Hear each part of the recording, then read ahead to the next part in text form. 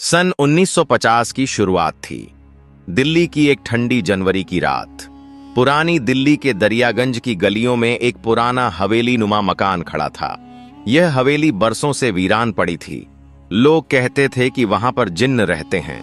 रात होते ही अजीब सी आवाजें आतीं, कभी सरसराहट, कभी कराहट और कभी किसी के रोने की धुन। मोहल्ले वाले उस ओर नजर तक डालने से कतराते थे। लेकिन उसी हवेली में उस रात एक अजीब किस्सा शुरू हुआ जो पूरे साल तक चला और जिसने मोहब्बत, दर्द और कुर्बानी की सबसे बड़ी मिसाल पेश कर दी। उस हवेली में रहता था एक जिन्न, नाम था कैस। कैस आम जिन्नों से अलग था।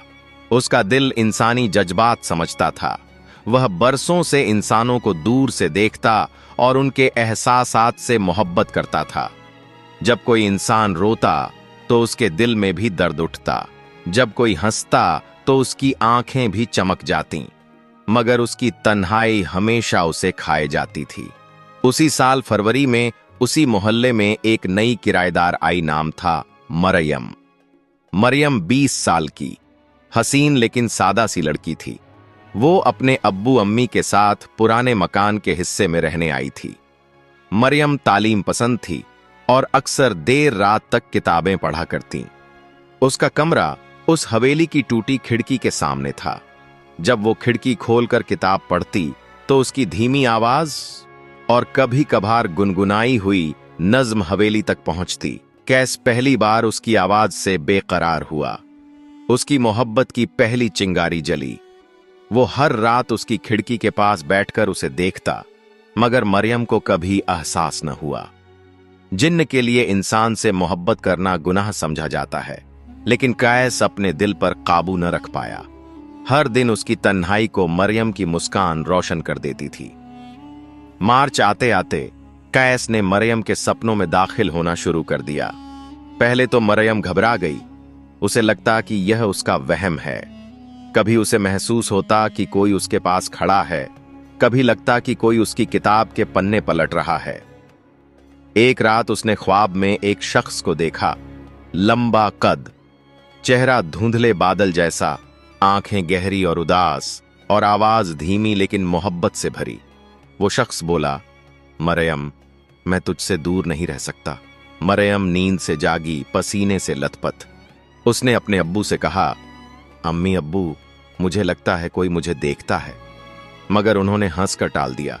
बेटी, तू बहुत किताबें पढ़ लेती है, दिमाग थक गया है। अप्रैल और मई तक मरियम और कैस के बीच अजीब रिश्ता बन गया। मरियम को अब डर नहीं लगता था। जब वो अकेली होती तो हवाओं में उसे किसी की मौजूदगी महसूस होती। किताब पढ़ते वक्त कोई पन्ना पलट देता। जब वो उदास होती तो खिड़की से ठंडी हवा का झोंका उसके चेहरे को छूकर जैसे दिलासा देता। धीरे धीरे मरियम ने मान लिया कि कोई अदृश्य दोस्त है जो उसका ख्याल रखता है। जून की बारिशों में उनका रिश्ता और गहरा हो गया। एक रात मरियम भीगकर कमरे में लौटी। ठंडी हवा से कांप रही थी। तभी उसने महसूस किया कि उसके चारों ओर गर्माहट की चादर सी फैल गई। उसने कांपते हुए कहा, कौन हो तुम? अगर हो तो सामने आओ। तभी खिड़की के शीशे पर परछाई उभरी। कैस ने पहली बार अपना रूप दिखाया। चेहरा इंसानी था, लेकिन चारों ओर धुंध का घेरा, आंखों में बेचैनी और मोहब्बत। मरियम थोड़ी घबराई, मगर उस परछाई की उदासी ने उसका डर तोड़ दिया। उसने पूछा, क्या तुम जिन्न हो? कैस ने सिर झुका लिया। हां, लेकिन मैं तुझे तकलीफ नहीं देना चाहता। मैं सिर्फ तुझे देखना चाहता था। तुझसे मोहब्बत कर बैठा हूं। मरियम सन्न रह गई। एक जिन्न का इजहार है मोहब्बत। लेकिन अजीब बात यह थी कि उसके दिल में डर से ज्यादा एक अजीब सुकून था। उसने पहली बार किसी जिन्न की आंखों में इंसानी सच्चाई देखी। जुलाई और अगस्त में मरियम और कैस का रिश्ता गहराता गया। वो दोनों रात रात भर बातें करते। मरियम खिड़की पर बैठ जाती और कैस धुंध में उसके सामने उभर जाता। मरियम कहती, तुम्हारी दुनिया कैसी है? कैस जवाब देता, अंधेरे, बेड़ियां और तन्हाई। मरियम मुस्कुराती, फिर तो तुम्हें इंसानी मोहब्बत चाहिए थी, और दोनों चुप हो जाते। मगर उनकी आंखें बहुत कुछ कह जातीं। सितंबर में पहली बार मरियम का दिल भी झुकने लगा। उसे एहसास हुआ कि चाहे कैस जिन्न है, मगर उसका दिल इंसान से कहीं ज्यादा नर्म है। वो उसकी हर हंसी, हर आंसू को महसूस करता है। उसने अपनी डायरी में लिखा, शायद मोहब्बत इंसान और जिन्न के फर्क को नहीं मानती। मोहब्बत तो बस दिलों की जुबान है। मगर अक्टूबर में हालात बदले। मोहल्ले में बातें फैलने लगीं। लोग कहते, उस लड़की पर जिन्न का साया है। रात को वो खिड़की पर किसी से बातें करती है। मरियम के अब्बू घबराए और मौलवी साहब को बुलाया। मौलवी ने तिलावत की, पानी पढ़कर पिलाया और ताकीद की, लड़की को अकेले मत छोड़ना। कैस यह सब देख रहा था। उसे एहसास हुआ कि उसकी मोहब्बत मरियम की मुश्किल बन रही है। नवंबर की ठंडी रातों में वो कम आने लगा। मरियम बेचैन हो गई। उसने खिड़की पर पुकारा, कैस तुम कहां हो? क्यों छोड़ रहे हो मुझे? कैस परछाई से उभरा, आंखों में आंसू थे। मरियम, मैं तुझसे मोहब्बत करता हूं, मगर तुझे दर्द नहीं दे सकता। तेरे लिए मेरी मोहब्बत कुर्बानी है। मुझे जाना होगा। मरियम चीखी, नहीं, तुम मुझे अकेला मत छोड़ो। मैं इंसान हूं, तुम जिन्न हो, लेकिन दिल तो दोनों के इंसान हैं। कैस ने उसकी ओर हाथ बढ़ाया, मगर फिर पीछे खींच लिया। नहीं मरियम, हमारी मोहब्बत की मंजिल जुदाई है।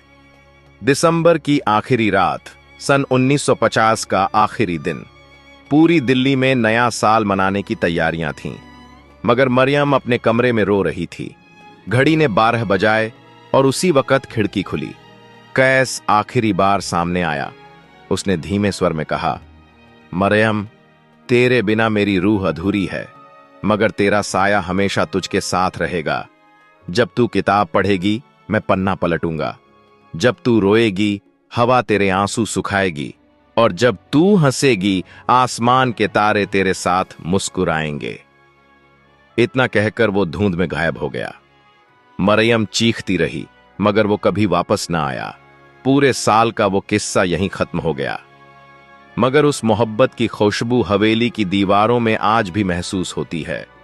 लोग कहते हैं, अगर कोई लड़की आधी रात को उस खिड़की पर बैठकर किताब पढ़े तो पन्ने अपने आप पलटते हैं। शायद वो कैस अब भी मोहब्बत निभा रहा है। सबक: मोहब्बत जाति, मजहब या दुनिया का फर्क नहीं देखती। कभी कभी मोहब्बत की मंजिल मिलन नहीं, बल्कि कुर्बानी और जुदाई होती है। कहानी अगर अच्छी लगी हो तो वीडियो को लाइक और चैनल को सब्सक्राइब करें।